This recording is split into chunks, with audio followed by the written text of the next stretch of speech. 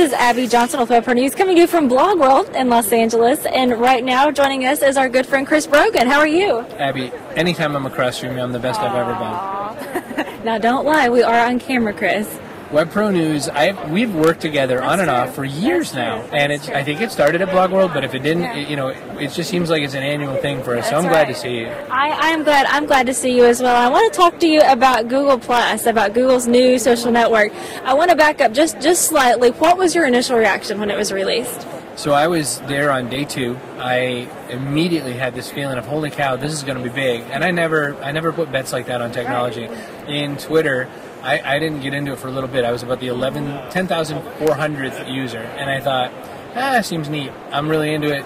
And then I got into it way before anybody else. Well, I feel like I'm way ahead of the curve on Google Plus because every blog post I see out there is saying, oh, it's a ghost town, there's nobody there. And I'm having the best time of my life. There's all kinds of stuff going on. There's business stuff going on. So my first impressions were, wow, the engagement level here is great. The opportunity to have real conversations is great. And being a big Twitter fan, that whole sort of comments and threads thing is just it's a beautiful feeling.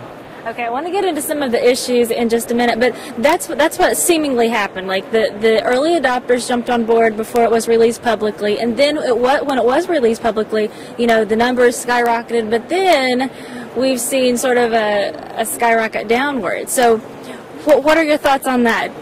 So the truth is almost all social networks go through that same thing. Twitter did it, Facebook did it because Facebook was only available to colleges for a while. And people got into it and then got out of it and got into it again. And so all of these curves are, traditional. You can see them lined up.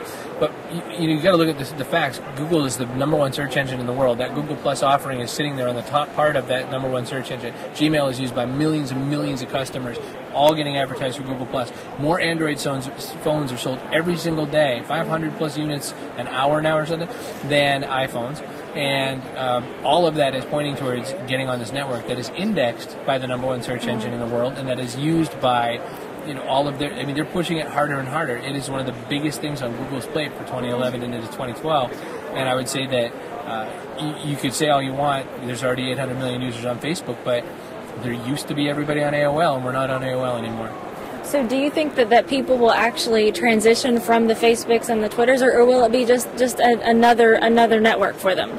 I had a talk with Guy Kawasaki about this on stage yesterday here at Blog World Expo, and I would say that our opinion is that Facebook is less at risk than Twitter is. I think Twitter should be wetting their pants right now, thinking, "Oh my gosh, this is not as good as we thought it was going to be." Facebook, the way Guy explained it, and I like how he said it. He said Facebook is for the people you already know, and Google Plus is for people that you're passionate about the same things. So if I'm into photography, I can get to know some people into photography. When I'm on Facebook, I'm talking to my college friends or my friends from back home, and so I think there's a place for both, and I could see both living sort of in an ecosystem. But Facebook for business, I would say, is a little bit more in jeopardy because I think Google is offering many more services. I don't think Facebook worries too bad about that right yet because Facebook advertisement still exists in live and well. Right. But I would say that if they're not yet a little twitchy about the fact that Google Plus is feeding Google proper, then 70% of search goes through Google. I guess that would tell me what the bet's on. Right, and you've actually believed so strongly in Google Plus that you wrote a book about it, and Google Plus for Business is the book, which is interesting because Google Plus hasn't released anything specifically for businesses as of yet. So tell us about that. So my take is that Google Plus business pages, when they ever come out, it's like having a business card. So if you and I are doing business, I can make a lot of stuff happen without a business card. Right. So it seems that if someone says I'm waiting for a business page, that's like your salesman saying I'm waiting for my business card before I go knock on a door.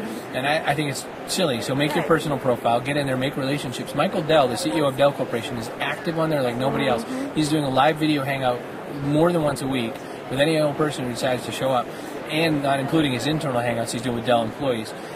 There's hundreds and hundreds of IBMers on there. There's all kinds of big company employees on there. So it's ridiculous to think you can't do business on there. It's just there's no page that says your brand name. When you start thinking about it, how complex is that going to be? I mean, Nike, fine, Nike's Nike. But if we're talking Starbucks, so what do you get? Do you get Starbucks down the street here? Do you get Starbucks across the street from the one down the street? How are the business pages going to work for brands that are franchised? So there's a lot of complexity to it. But I wouldn't even sweat that. I would be in there building my personal account and connecting with the good people. There's so many people on there. If you go to findpeopleonplus.com, you can find tons of people that are of like mind to you. Do you think that mainstream will ever adopt it? One of my people I circled is this guy Sheldon, who's a 66-year-old truck driver from Ohio. He has nothing to do with my world. He's a Christian gentleman, and I found him because he shared a post about an autistic guy singing the national anthem to the Boston Red Sox, and he kind of started messing up the words, and the whole audience kind of helped him along and got him through it. It was very sweet. And so Sheldon and I are like this, and he's a truck driver from Ohio. Exactly. There's 90-something farmers listed already on Find People on Plus. There's lots of artists doing stuff on there. There's musicians aplenty. And so, I mean, it is not the tech elite that are there. It's just the tech elite who are barking the most. So there's definitely so much opportunity. I'm seeing a lot of, there was a great report out about school kids doing live video hangouts to do tutoring together. So they're doing math tutoring on video, so one guy could show the work, put it up to the camera, and everybody else could, talk about it. Right. Well, we actually interviewed a guy who started a cooking school on Google Plus, which was pretty cool. So it's the Hangouts feature, it's definitely cool. Oh, it's great. It's multiple video for free. John Herman, a friend of mine, is doing a game show on there. He's already got sponsors. He's got people paying him money to run this game show, and the game show is interactive. If you're in, then he's saying, okay, quick, Abby, go find something to make a musical sound on, and you're going to play part of some song you know. Mm-hmm. And so you have to run it grab a pot and a pan and just bang it and sing "We Will Rock You." Yeah. I don't know. But the way that works, he times it and everything, and it's so fun.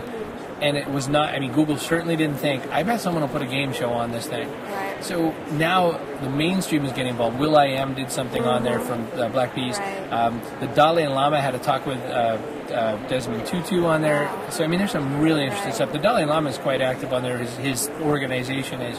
So there's a lot of mainstream. Dolly Parton is there very actively, and she does a lot of her own posts. Right. And she's very much every bit the Dolly Parton you ever remembered. Okay, so in your opinion, businesses should definitely get on board. No question. I never have made a bet like this with technology in my life, but I am all in. I believe Google Plus is really good for business. Think about Google Places, which is location-based stuff. That's built in. Think about using the number one search engine in the world to find your business. That's built into it. YouTube, the number 2 search engine in the world, is heavily influenced by it. So there's a lot of things tied into it already right now today that make it way better for a business to start thinking of ways to promote themselves and get to know the prospects that they need. I think then, as a takeaway, make a really robust profile. Everyone seems to fail on making their profile look like anything, and that's how people believe who you're going to be.